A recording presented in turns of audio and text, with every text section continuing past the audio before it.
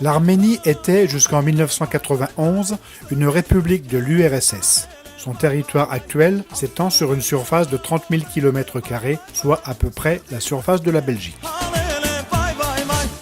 Blottie au sud du Caucase et sans accès à la mer, elle ne prétend pas susciter un tourisme de masse, même si ses montagnes, sa gastronomie, ses musiques, ses danses et son patrimoine attirent toujours plus de visiteurs.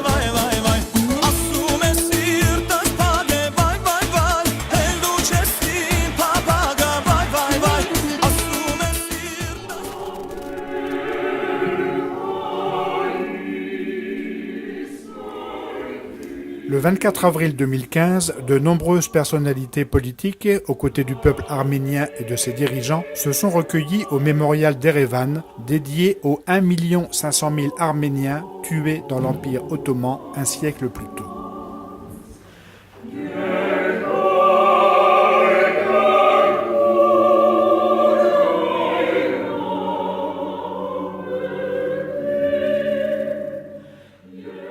Le génocide des Arméniens est un génocide perpétré d'avril 1915 à juillet 1916, au cours duquel les 2/3 des Arméniens qui vivaient alors sur le territoire actuel de la Turquie périssent du fait de déportations, de famines et de massacres de grande ampleur. Ce génocide est planifié et exécuté par le parti au pouvoir à l'époque, le Comité Union et Progrès, le CUP, plus connu sous le nom de Jeunes Turcs.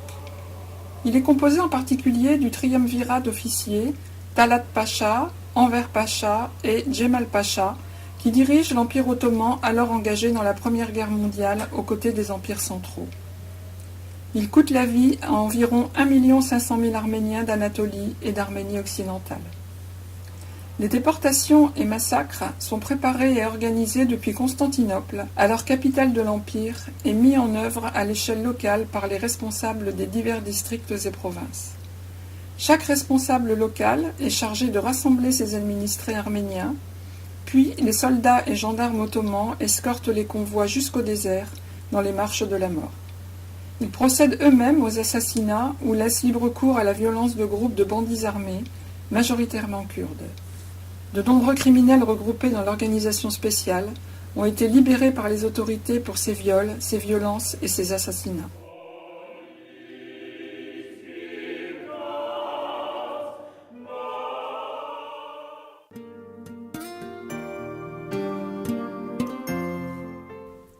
L'Arménie compte sur son territoire 3 millions d'habitants, en baisse de 300 000 en 12 ans, et environ 130 000 dans le Haut-Karabagh.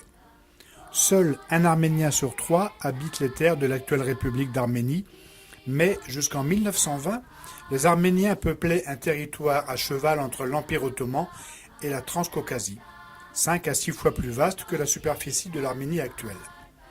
Ce territoire couvrait la zone orientale de l'Anatolie, la grande partie ouest du haut plateau arménien, en Turquie actuellement, des terres au nord-ouest de l'Iran et celles attachées à la Syrie actuelle. La diaspora se répartit dans 80 pays, dont la Russie 2 250 000, la Turquie 2 80 000, les États-Unis 1 400 000, l'Iran 600 000, la France 450 000, l'Ukraine 400 000 et le Liban, pas plus grand que le département de la Gironde, 234 000.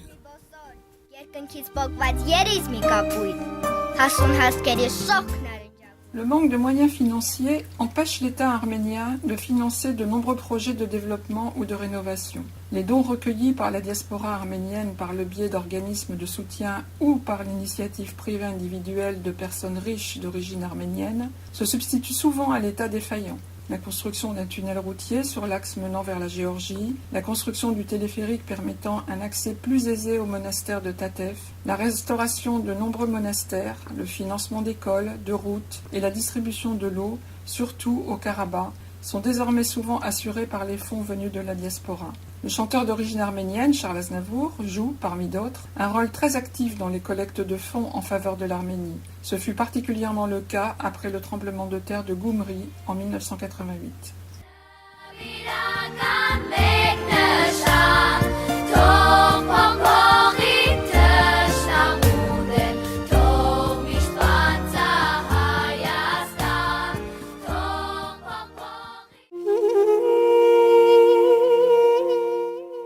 On n'est pas aussi considéré comme un pays pauvre. Si vous voulez, économiquement, c'est pas un pays pauvre. Ce qu'on a chez nous, 21% de notre économie, ça tombe sur l'agriculture du pays. Et une grande partie, 98%, ça vient de la plaine d'Ararat.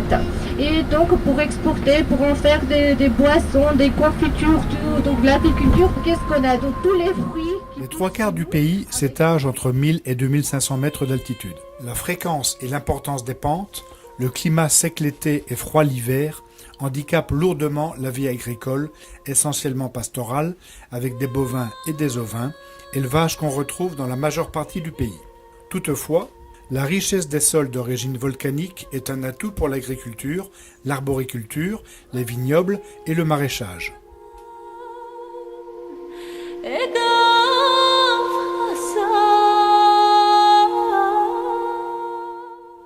La vie agricole se concentre essentiellement dans la plaine de l'Ararat, qui coïncide avec une partie du bassin de l'Arax. Elle est devenue, grâce à l'irrigation, le grenier à blé du pays et assure l'essentiel des productions agricoles.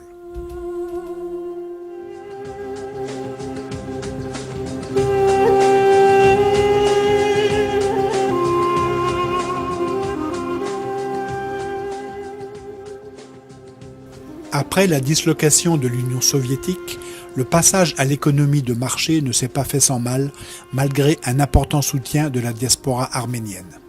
Les entreprises ont été privatisées et un grand effort a été entrepris dans le secteur agroalimentaire afin de pouvoir assurer rapidement l'indépendance alimentaire du pays. D'un point de vue énergétique, l'Arménie a longtemps été dépendante de ses voisins et a souffert de graves pénuries. En effet, ni la Turquie ni l'Azerbaïdjan n'étaient prêts à lui vendre de l'énergie. Pauvre et enclavée, l'Arménie se repose de longue date sur la Russie pour couvrir ses besoins énergétiques. Elle cherche désormais à réduire cette dépendance grâce à une ressource dont elle dispose en abondance, le soleil. Avec un taux de chômage de 19%, l'Arménie a bien du mal à garder la tête hors de l'eau. Ce ne sont pas les ressources qui manquent, ni les opportunités. L'activité industrielle peut espérer s'appuyer sur quelques ressources minières, le cuivre, le molybdène et l'aluminium ou sur l'or. Le pays n'exploite pas de ressources pétrolières malgré la présence probable de ces ressources, mais il faudrait forer trop profondément. L'essentiel des industries est concentré à Erevan, la capitale, construction mécanique, caoutchouc. Les filons du tourisme, de l'agriculture, du secteur des technologies informatiques, de transformation du diamant, entre autres, peuvent représenter de réels relais de croissance et la bonne entente avec la Russie d'un côté et l'Union européenne de l'autre est de nature à permettre au pays du Caucase de tirer son épingle du jeu. Pour autant, en l'état actuel des choses, le pays patine à tel point que le taux de pauvreté est désormais de 30%. On estime que la réduction des fléaux que sont l'économie parallèle et la corruption pourrait améliorer le sort des plus pauvres.